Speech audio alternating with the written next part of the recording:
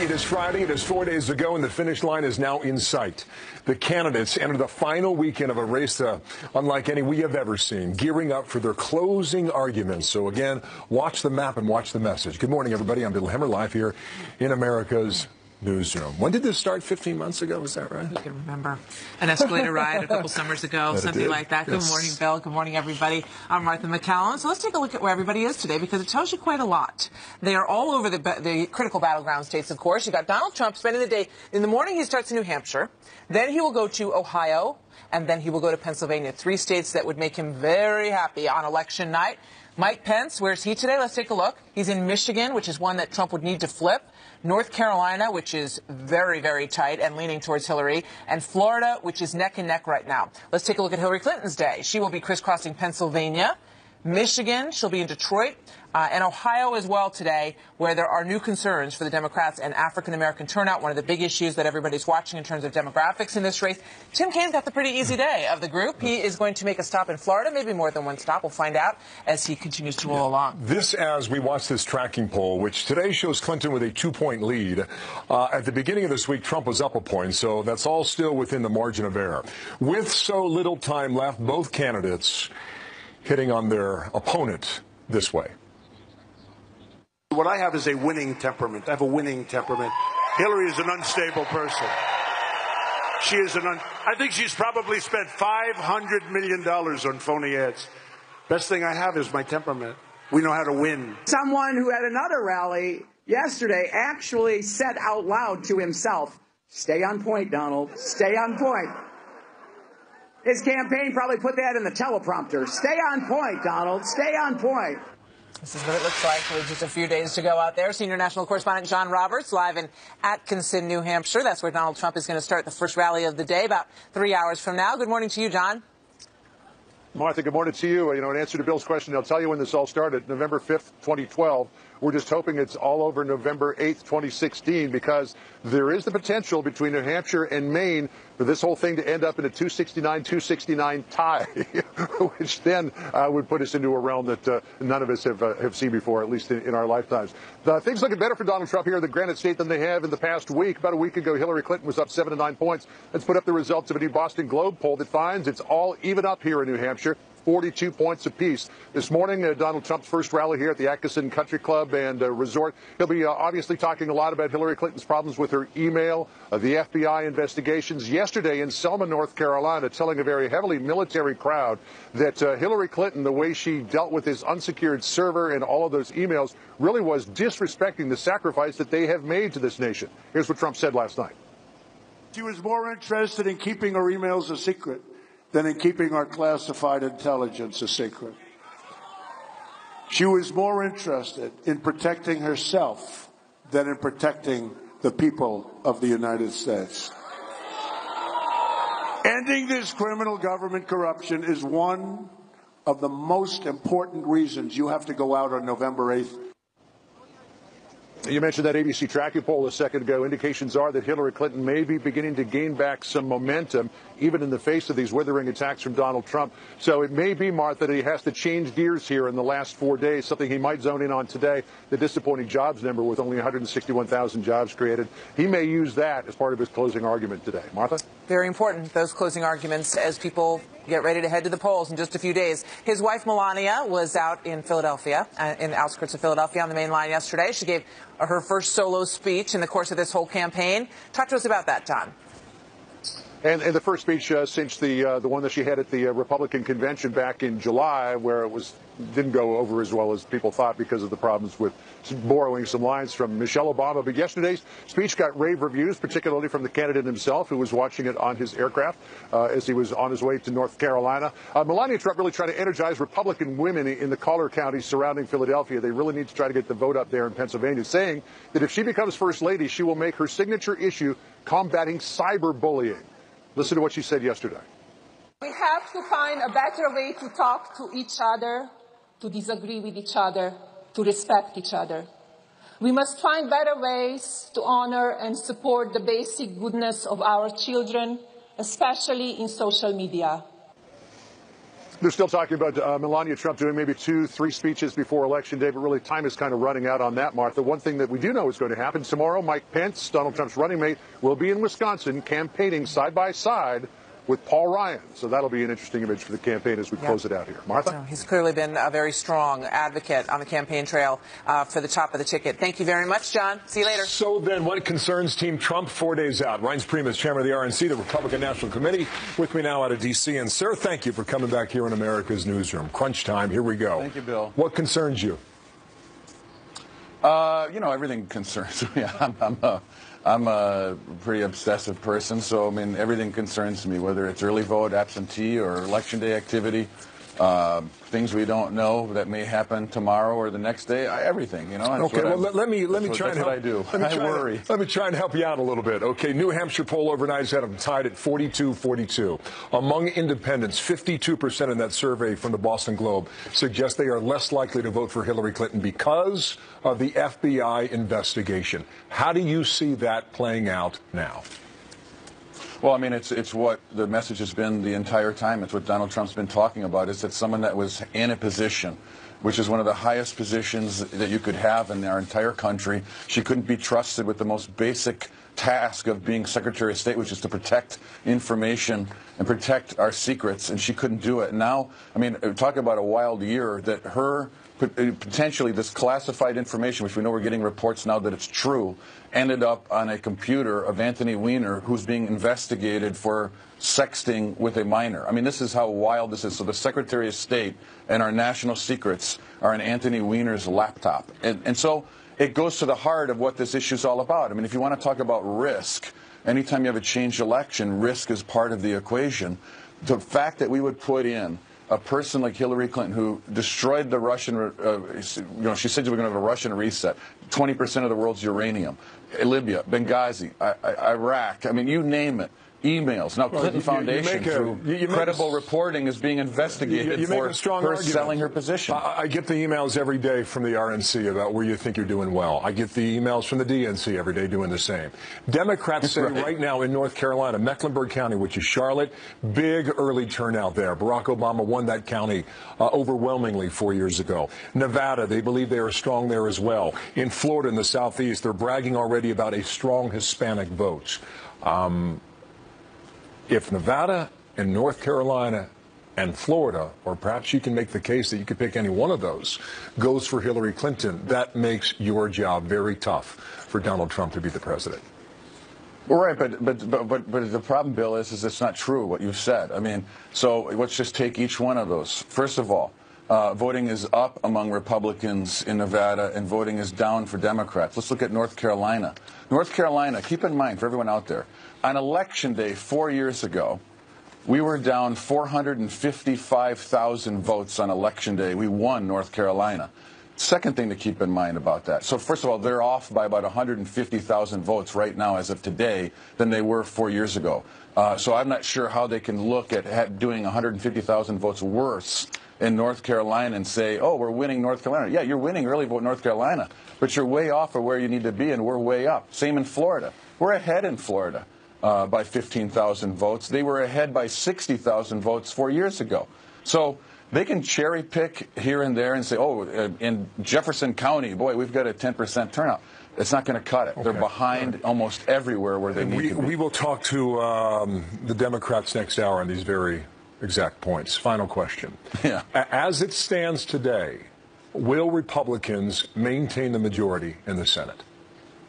Yeah, as it stands today, we will. How many? And a lot of it, I don't want to put a number on it, but I think certainly 51 or more, and I feel good that the number will be more. As of today, we will hold the Senate, absolutely.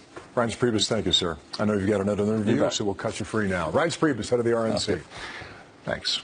Just days before the election, the Labor Department says that employers added 161,000 jobs in October. Unemployment rate fell to 4.9%. These numbers are really pretty lukewarm. 175 was the projection for the non-farm payrolls number, so it was lower than expected. Meanwhile, the real unemployment number is at 9.5% because you've got so many people who've just dropped out of the labor market.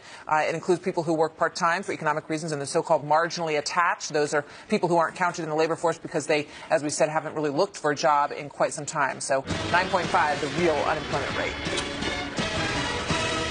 He's down here campaigning for crooked Hillary. Now, why isn't he back in the office, sometimes referred to as the Oval Office? Why isn't he back in the White House bringing our jobs back? All right, from the office to your home, Donald Trump hitting President Obama now. The president stumping for Hillary Clinton in that home stretch. Trump now calling him the campaigner-in-chief. One in a million, Fox News political analyst, author of We the People, and Mercedes Schlapp, former media spokeswoman for President George W. Bush. Mercy, good morning to you. Good morning. Juan Williams, good morning to you. Good morning. You know what's intriguing is that Hillary Clinton will be in Detroit, Michigan at 1 o'clock this afternoon, Juan. Right. Michigan. On Monday, she will meet with the Obama family in Philadelphia. Yeah. The day before the final vote. And we watch the map and we see where you go. Like, all that talk about Arizona and Texas Right. and Georgia, you don't hear about it anymore. Well, those are red states. I mean, the idea was to stretch the map for Hillary Clinton. Now I think as you come down to the finish line, Bill, what they're trying to do is make sure that they stir the vote, the base vote that they have in both cities, you know, large African-American populations. And again, what we've seen in terms of the reporting is that the turnout there has not matched what was there in 2012. So I think what you're seeing is really making sure that they get that big turnout. Mercy, what do you think about that? Well, you know, I think for Hillary Clinton, Obama is by far, and Michelle, the most effective surrogates that they have on the campaign trail, especially for motivating that base of the African-American community. We've seen, for example, in North Carolina that about 71,000 fewer African-Americans have voted in early voting. The enthusiasm factor is simply not there for Hillary Clinton from the African-American community. This is about rebuilding that Obama coalition, the women, the young voters, the minorities. So I think for the most part, for Hillary Clinton, you know, she's going to hone in on these battleground states, particularly in case of Michigan and Pennsylvania, which she cannot afford to lose. That's right. And that you're seeing in the polls that it's You know, tightening. Mercedes, I don't know what the story is on Wednesday. You know, if she wins, I mean, is it the women who come out and support her in suburban counties? Is it the Hispanic vote in Florida and North Carolina? Or if he wins, is it the polls that missed that silent Trump vote? Michael Moore, of all people, was on MSNBC this morning. And he said, you go home to Michigan, there are a lot of people he knows that are voting for Trump. And he reminded viewers on the day of the Democratic primary, she was up by double digits. That's right. And what happened? She lost. Bernie Sanders swept Michigan. Take that, Mercedes. No, I think this is why this election has been so unpredictable, so unconventional. There is this swell out there, this support out there for Donald Trump that I do believe is silent. I mean, I even talking to Republican friends that won't vocally say they're going to vote for Donald Trump are calling and saying, guess what? When I get into that voting booth, I cannot have Hillary Clinton as our president based on everything that we've seen from the corruption, from her corruption to the FBI probes. I mean, the list is very long. And I think, you know, for Hillary Clinton, her key is going to be in those urban communities. It's hoping to see that she can bring out the minority votes, and that's what they're counting on. And they feel very optimistic in that sense. But I think for Donald Trump, I call it organic voting. It's this movement, these thousands of people coming out, millions of people coming out in supporting him that might not say it vocally, but when they get to the voting booth, are saying we can't have another. I think that's a lot of, you know, Mercedes, I think that's a lot of wishful thinking, conspiratorial type thinking. People won't admit I'm not it. Look, conspiratorial, what people think, no way. What people think, Mercedes, is that this person, Donald Trump, is not qualified to be president, not temperamentally suited to be president. Hang on, Mercedes, I let you go on, please. But what I'm saying to you is when you hear Donald Trump engage in the kind of schoolyard bully tactics that, oh, these are stupid people running the country. President Obama is the most popular right now of any president ending his second term. And what we just saw in terms of the unemployment rate, 4.9%, Mitt Romney said he'd get it down to 6%. So lots of people have lots to say, especially this coming weekend. It's a frenzy. But I'm going to tell you the numbers are pretty clear in terms of who people think is qualified to be president. Right now, everybody's right because we don't know what the results are. Mercedes, quickly wrap it up. Well, you know, I think we got to think back to the fact that the momentum is shifting towards Trump. I think the enthusiasm factor is with Trump. And I think that there's this reality that, yes, Hillary Clinton, is she organized? Absolutely. Is she pushing this for this minority vote and this women vote to come out? Absolutely. But I think you can't just disregard the fact that there is, I think, that group of silent voters out there who could really make an impact on this race. You heard what Reince Priebus just said, right? He's worried about everything. Yeah. Gotta be worried. That's his job. I think he's worried about people who aren't silent but who are actually voting. That's what he's worried about. All right, well, we'll see you at 5 o'clock. We said see you soon. Thanks for Take care. Okay. Rip another day off the calendar. We're now 4 days to go until the presidential election, and despite some slippage, Hillary Clinton's blue wall does appear at the moment to be holding. So let's bring in Kyle Kondik, managing editor of Larry Sabato's Crystal Ball at the University of Virginia Center for Politics and the author of The Bellwether, Why Ohio Picks the President. Will that title still be true? And when this is over, we will see. That's an interesting question in and of itself at this moment, isn't it, Kyle? Good morning to you. Good to see you this morning. So when you look at this, and let's put up your latest electoral map on the screen here, you have Hillary Clinton at 293 and Donald Trump at 214, and you have only 31 toss-up states. So that looks like a pretty tough picture for Donald Trump. Is that the way you see it? Yeah, I think so. If there's one thing on that map that may be alarming to the Clinton folks now as opposed to maybe yesterday is that we've got a bunch of polls back in New Hampshire, which is a potentially important for electoral votes. And they show basically a tie, which had not been the case for much of the rest of the previous part of the cycle.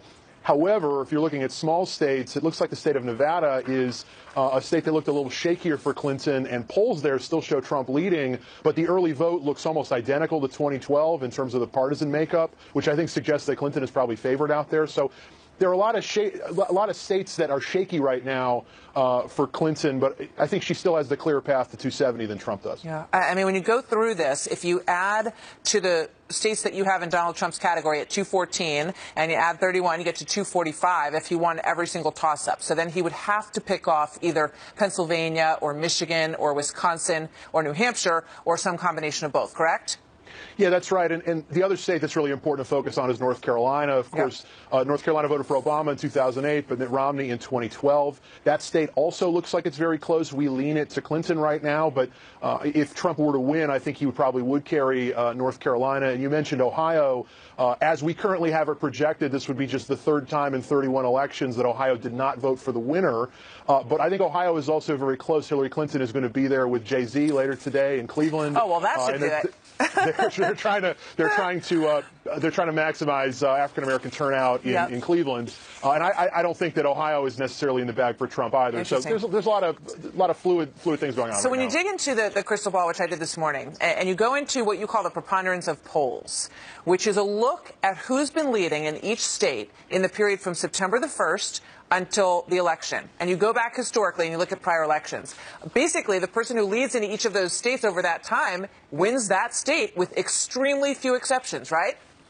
That's right, and it's an important thing to think about with a state like New Hampshire. So we have a bunch of tied polls that came out just recently, but Clinton basically led every New Hampshire poll since Labor Day, and that's true, I think, in a lot of the Rust Belt battleground states, too, of Wisconsin, Michigan, Pennsylvania. And so if Trump were to win one or more of those states, it really would have come out of nowhere because the polling had not really indicated that until now in New Hampshire and really not ever in some of those other states. Yeah, so there's only 3 examples over the last 3 elections where a state where a person was not ahead, essentially, since September 1, they actually won that state. And in any of those cases, did that person who flipped that one state end up winning?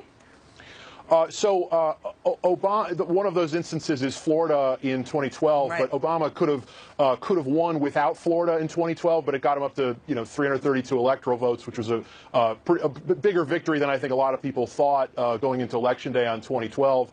George W. Bush or John Kerry ended up very narrowly carrying Wisconsin in 2004, but of course Kerry ended up losing the election anyway. So again, if Trump were to come back and win, say, a New Hampshire after trailing in almost all of the polls the whole cycle, it would be, historically a little bit different than what we're used to, but also not impossible. So is there anything, everyone watches this thing and says it's like nothing that any of us have ever seen before. So is there a part of you that says, yeah, that's true? Yeah, I think that's right, and I think that there still is a decent amount of uncertainty going into Election Day. I was just thinking back to 2012, and I think I probably was a little bit more confident at this point that Obama would win than Clinton now, but I also think that Clinton has been the favorite the whole time, and I think remains so. It's just that it's getting a little complicated here in the final week. It could come down to that momentum question and whether or not that momentum happened early enough in the Trump campaign to make a difference. So we will see. Kyle, thank you very much. Thanks for filling in for Larry, who doesn't feel so well today. And we hope he's feeling better. Everybody's been burning the candle at the... We're leading, just came out 2 minutes ago, 2 polls. We're leading in New Hampshire. We're sort of leading all over the place. It's a great honor. There's Donald Trump talking about the polls, final days of the campaign. Jason Miller, Senior Communications Advisor for the Trump team, with us here in studio. And nice to see you. I'm going to put the map in motion, and we'll see if you agree or disagree or where, depending on where you go for votes. Okay, now, here's the total, 270 of what you need. She's at 201, he's at 164. So let's just see right now about this blue wall for Hillary Clinton. It's Wisconsin, it's Michigan, it's Pennsylvania. If she goes there, she's at 247, Jason. And then is it Florida? That would give her the presidency. Is it Virginia in connection with maybe a Colorado? That would put her at 269. Does she pick up a Florida? That puts her easily over 270. The point is, she has a number of paths. And when you're at Trump Tower and you see this, you think about what? Well, as does Mr. Trump. And I'm going to show you why, if you're a Trump supporter, why you're excited going into this final 4-day stretch. First of all, I'd point out that the red states we're keeping red. So as we talk Arizona, as we talk Georgia. Okay, so I'll tick those off as you talk about them. Okay, you're saying Arizona and Georgia. Yes, we're going to keep the red states red. We've seen the numbers move in excellent direction.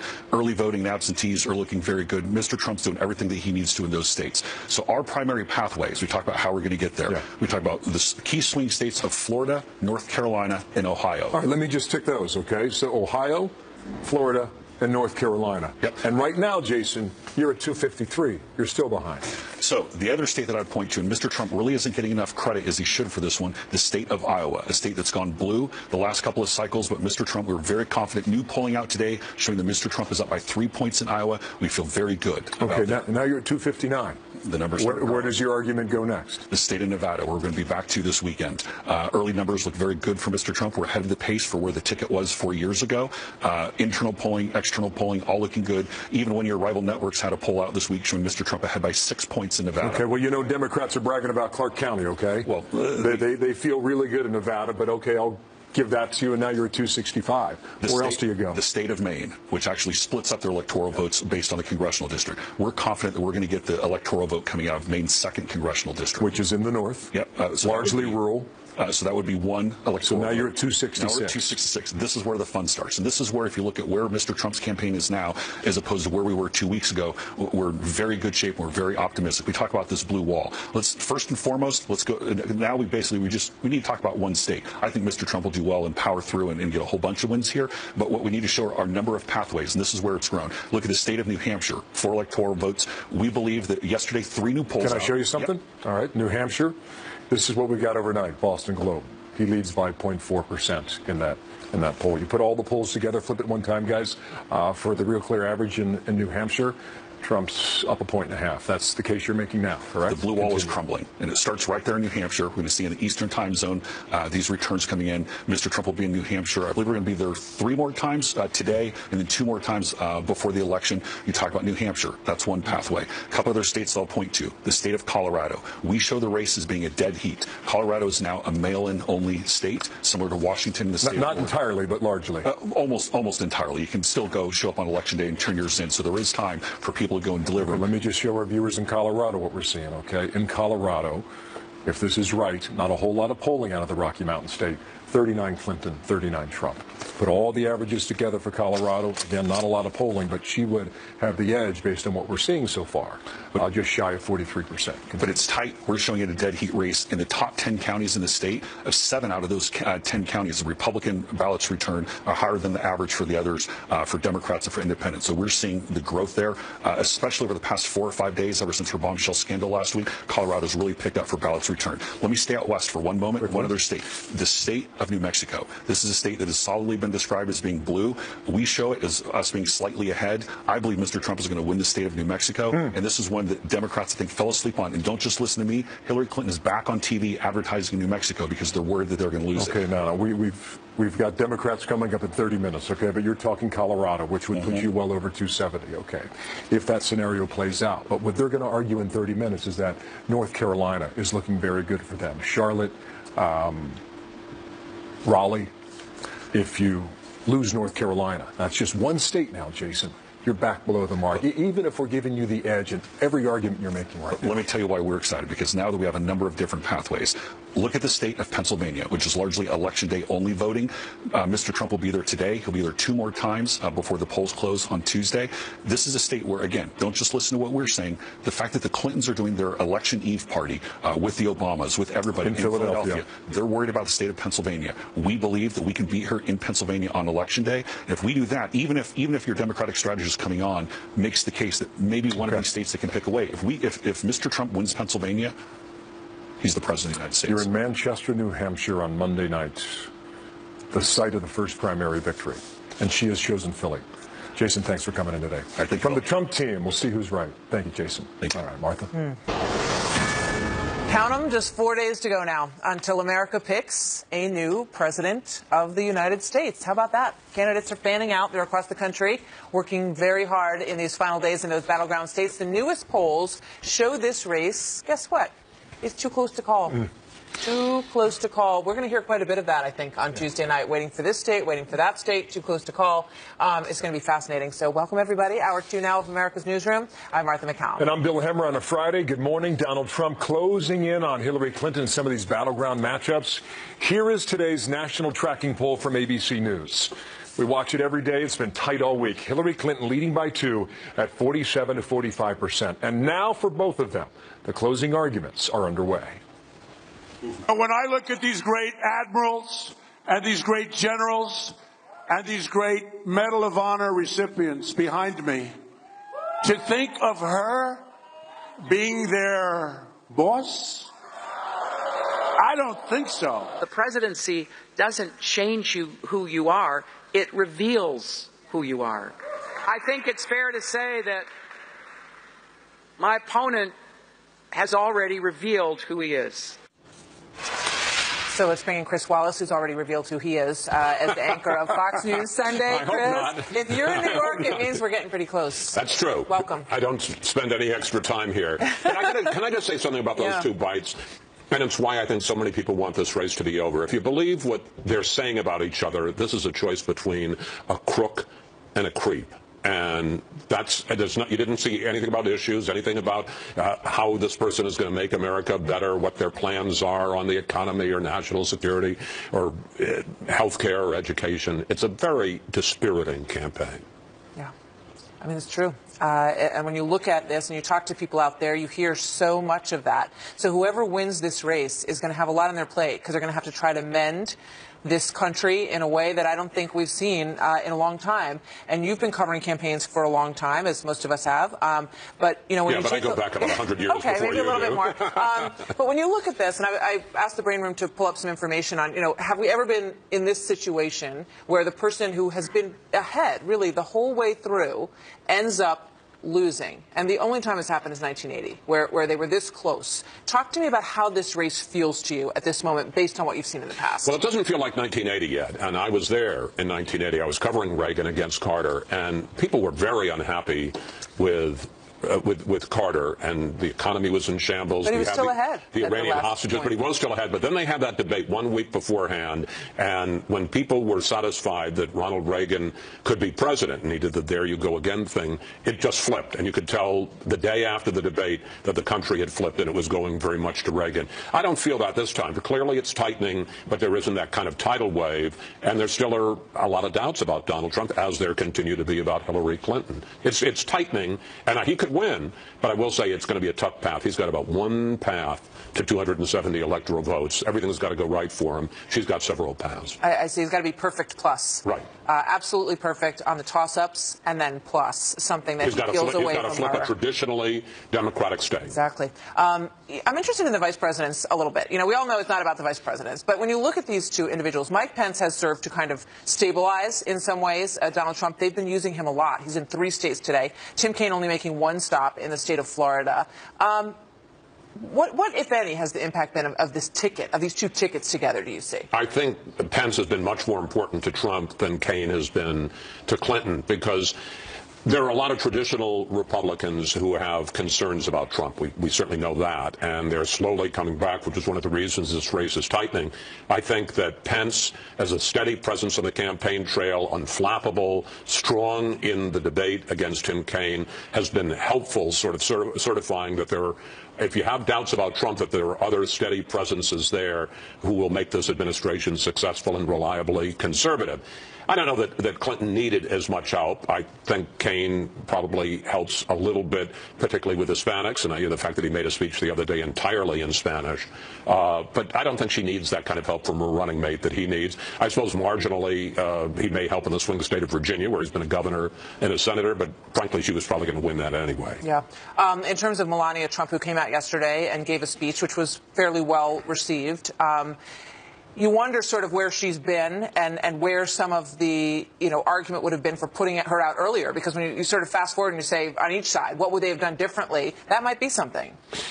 Yeah, but I got to say, I have a kind of a mixed reaction to Melania Trump's speech. I think she did great. I think she's an impressive woman, and she made an impressive speech. But the subject, and it's obviously what she believes in, which is cyberbullying and civility, you sort of say, is she making that speech absolutely. I was doing for Trump? 2 o'clock show yesterday when she was doing it, and that was one of the first things that we said when we watched it. It's uncomfortable to hear her talk about bullying online when we've seen all these examples happen. I think if she had added even one line that said, and I've dealt with this at home, Well, I'm not sure that would have been such a good thing. No, but I mean, she has. And she's been very open about the fact that she has spoken to her husband about tweeting, and that, she thinks it's better off when he doesn't get near Twitter or respond to things or retweet, as she said in one interview. I think she could have kind of poked a hole in that criticism quite easily yesterday, but she does come across as very sincere, and she's an immigrant who tells her own story about how she came here legally, which I think may have served him well if they had used her a little bit more earlier. No, I agree.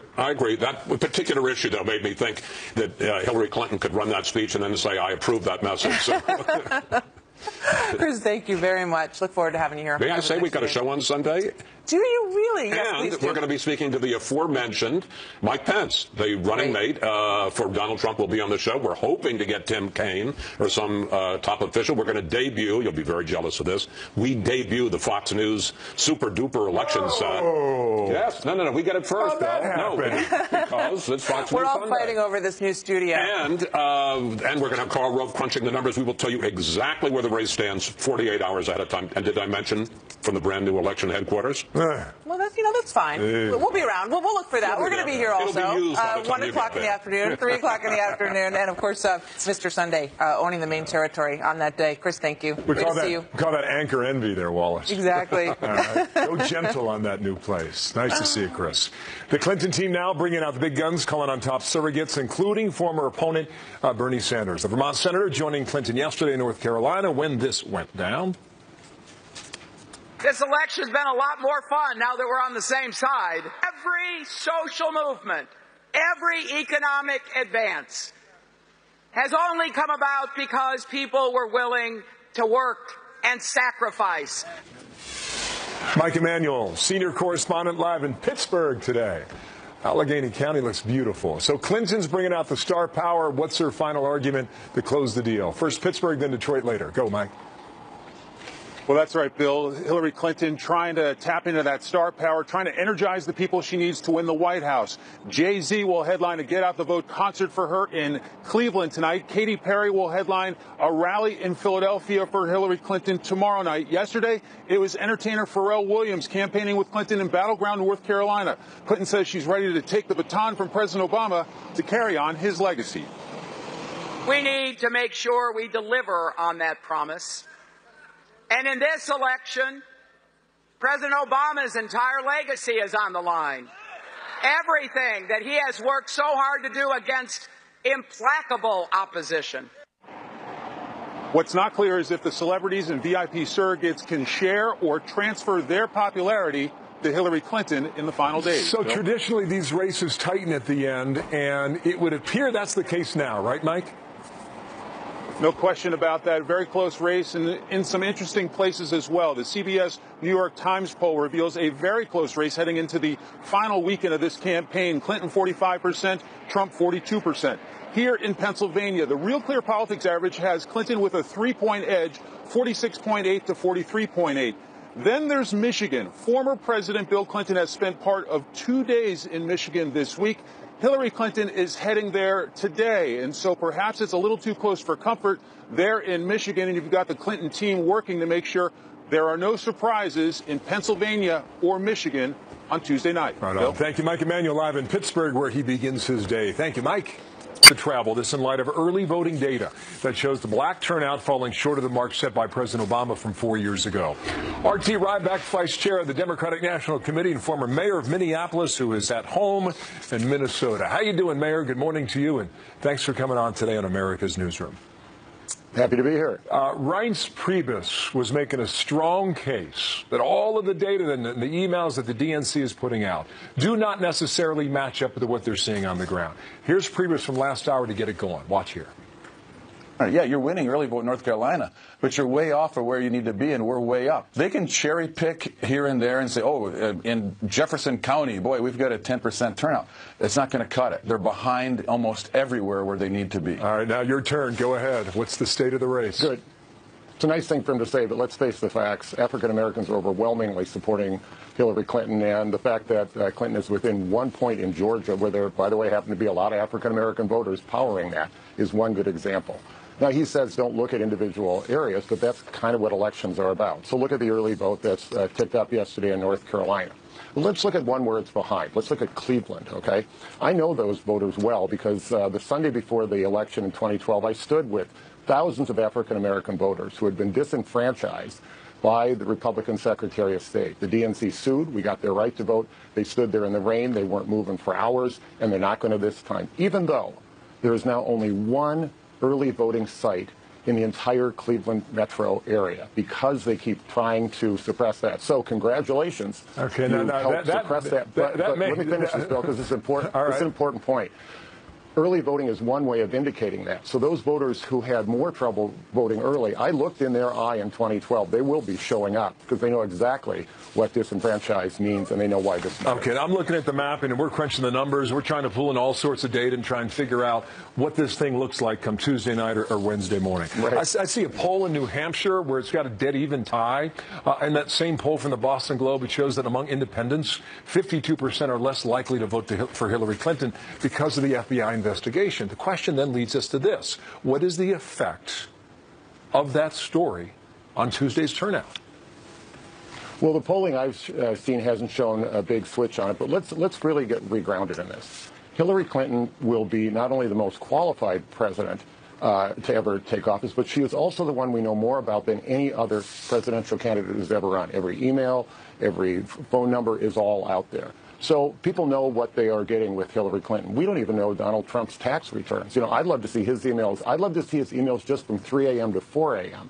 The fact of the matter is people know what they're getting in Hillary Clinton. And as we focus in the final days, the message is... know about Trump, too. Now, listen, we were... No, actually, they don't. But what we don't know about his ties to Russian business, we don't know about his tax returns. The first candidate in American history to not release their tax returns. Hillary Clinton, 20, 30 years. I just want to squeeze this in. This is very important, too, because you were talking about Cuyahoga County. 3-1 Democrats in that county, northern Ohio. Very important to winning the state, be it a Democrat or Republican. Hillary Clinton is going to Detroit, Michigan today. She is in Philadelphia on Monday. Is that smart politics, or do those two moves show us where they believe the race is right now in Michigan and in Pennsylvania? Most politicians I know start with solidifying their base into a closing argument and solidifying the base. But, you know, I frankly don't think you should read a whole lot into where they are. There's a game, head fakes and all sorts of things about where people are going. But I'm happy she's making a final case in Pennsylvania and in Michigan. Those are good places to go. She was in Arizona before. The fact of the matter is these last-minute polls are showing a lot of bounce. Hillary was within a couple points in Alaska the other day. So the fact of the matter is, we're not as unsophisticated as we used to be. The national polls don't matter. The surgical targeted strikes that we look at, and what was the key to the Obama victories, is the same sort of ground game that's going on with the Clinton team. The Clinton and the Obama teams have teamed up, and they've got the best ground game ever. We're going to win this election because we know one person's prepared to be president and one isn't. Mayor, thank you for coming in today. R.T. Ryback this hour, Ryan's previous last hour. We'll see what happens, right? I mean, you made your case. We'll see who's right. Thank you, sir, for your time today out of Minneapolis. You bet. 20 past. Martha? Meanwhile, there's fierce fighting going on in Mosul as anti-ISIS forces push deeper into that city now. This is word that the terror army may actually be turning on some of its own fighters. More coming up. Also, Melania Trump is on the trail. Her first big campaign appearance since the convention. Is she Donald Trump's secret weapon? And if so, did she wait too long to hit the trail? We'll talk about it. So Donald Trump rolling out a not-so-secret weapon in the final stretch of the race for the White House. His wife, Melania Trump, made a rare solo campaign appearance yesterday in Pennsylvania. Here's some of that.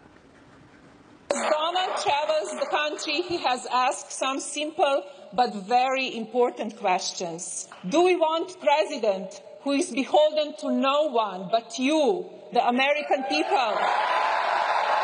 Tony Zag is a Republican strategist. Julie Roginski is a Democratic strategist, and both are Fox News contributors. Hi, guys. Hi. Good to see you. So let me start with you, Julie. How do you think she did yesterday? I thought she did well. I think the topic is a little not self-aware. I think talking about internet bullying when her husband has maybe not been the best actor in that issue, and she herself has not been a great actor in that issue with respect to a reporter named Julia Yaffe who wrote a profile of her that she considered to be unfair, and she, when asked about why trolls were trolling Julia Yaffe, said she brought it on herself. So, I'm not sure that the Trumps, both of them, are great messengers on this issue, but it is an important topic. I wish people would take it more seriously. They've lived the attacks on both sides and have fought back. Maybe there are some things that they might regret about the way they did that, but I think it's a pretty serious issue in the country, especially when it comes to teenagers, and she was talking primarily about her son. And I agree with you that it was a little bit sort of, we're going there when she started doing that, given what we've seen coming out of the Twitter feeds at the Trump Tower from time to time. But how do you think was she effective? And I guess my biggest question, Tony, is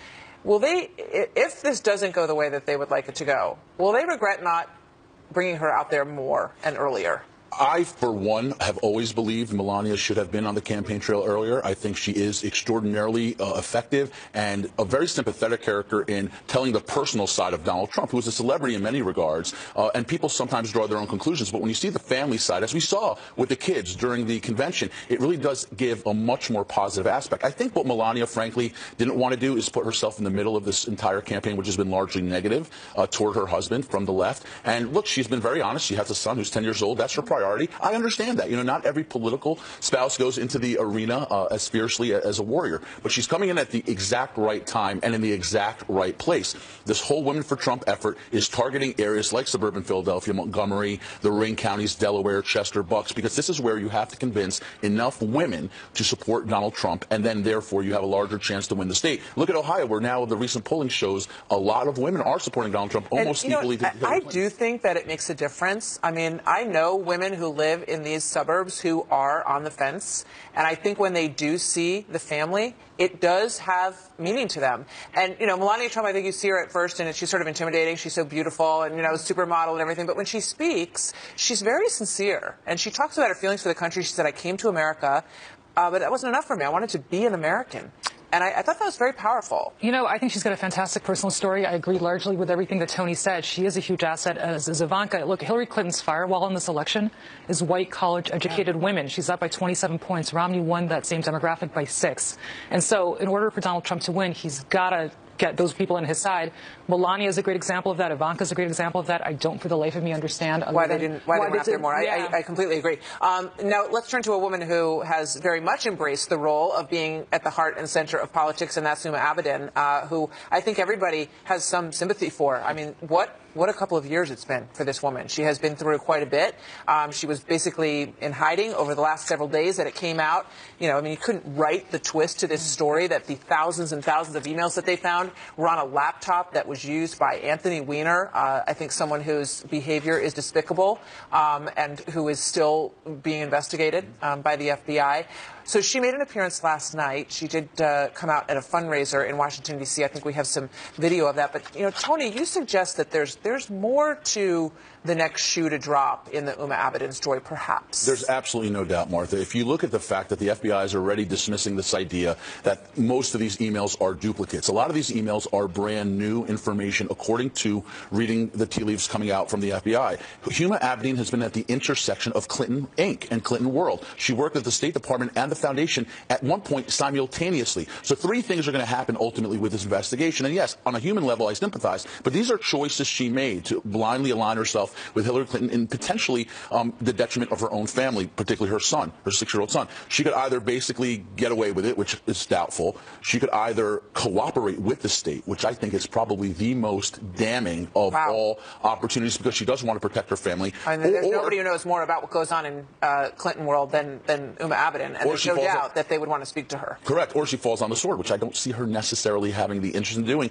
And Hillary's been treating her, I think, rather shabbily. She calls her a staffer now. I mean, Huma Abedin, anybody who understands her role in Clinton world, is hardly just a staffer. She's the vice chair, actually, of the Clinton campaign. You know, I think it's really unfair to say that Huma Abedin's child is somehow there's a detriment because of Hillary Clinton. There's a detriment because his father is, I can't say words that I would want to describe his father on national television, but the reality is his father is somebody who put him in a horrible situation, was lying in bed with him while texting with a 15-year-old girl. And so if you want to blame somebody, let's not blame Hillary Clinton for what's going on to Huma Abedin's son. The other thing I want to say is I was suggesting that she won't fall on the sword maybe because of that. You don't know what the tea leaves are in this FBI investigation and what the emails say because they just got a subpoena to read them. So unless the FBI read those emails without a subpoena, which would be illegal, we actually don't know what those emails are duplicates or not because the FBI hasn't investigated. But we do know nonetheless that they were on that device. They were on that device. The question is how did they get on that device? Did Anthony Weiner put that on the device? All of our Who stuff knows? is everywhere, right? With your iCloud. I mean, you know, you could think that you know where everything is, but unless you have tracked every single device, and it is surprising that the FBI wouldn't have done that and cleared every single device out of all of these people's houses is pretty interesting. But more shoes to drop, to be sure. Interesting stuff. Thank you very much, both of you. Thanks, Great to see you both. So, Martha, both sides, both campaigns mapping out their expected route to victory. Several states very much in play as we sit 4 days away. Which way will they fall come Tuesday? We'll show you the keys to victory on the board in a moment, and this is interesting stuff, so stay tuned on that. Speaking of interesting, by 10 points, but not taking anything for granted in his home state. Last two nominees together, 4 days now until the election. Guy Benson, political editor, townhall.com, and a Fox News contributor. Chris Steiwald, Fox News digital policy editor and host of I'll Tell You What. How you guys doing? Good. Hey, Bill. I want to show our viewers, and I want you guys to analyze the morsels of knowledge or the morsels of historical significance that we've seen, okay, so far in these campaigns. Take it back to 2012, Mitt Romney, Barack Obama. Let's go in here to Florida, right? In the state of Florida, southeastern part of the state, you had about 26% of the total vote 4 years ago come from these three counties, Miami, Dade, Broward, and Palm Beach. If you were to pop up here to Pennsylvania, southeastern part of the state, this is where Hillary Clinton will end her campaign. You had 20% of the total vote from the state come from these 4 or 5 counties in the southeastern part of Pennsylvania. This is the city of Philadelphia. Starwalt, look at this. I think the overall result was less than 300,000 votes statewide. And Barack Obama had almost 600,000 votes in the city of Philadelphia compared to Mitt Romney, who was just shy of 100,000. You start looking at the map right now, and you start thinking about what's important and why and where you make the margin of difference. I mean, what do you think about 4 days away right now?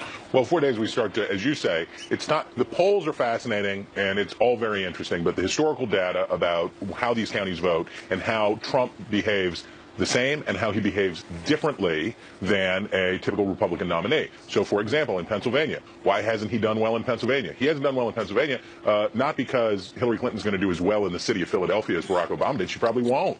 But because Trump is doing worse in the suburbs of Philadelphia. Now, he can hope that the counterweight on the other side of the state in the collar counties around Pittsburgh, around Allegheny County, that the Republicans have been doing better there, and they're more populist, blue-collar suburbanites.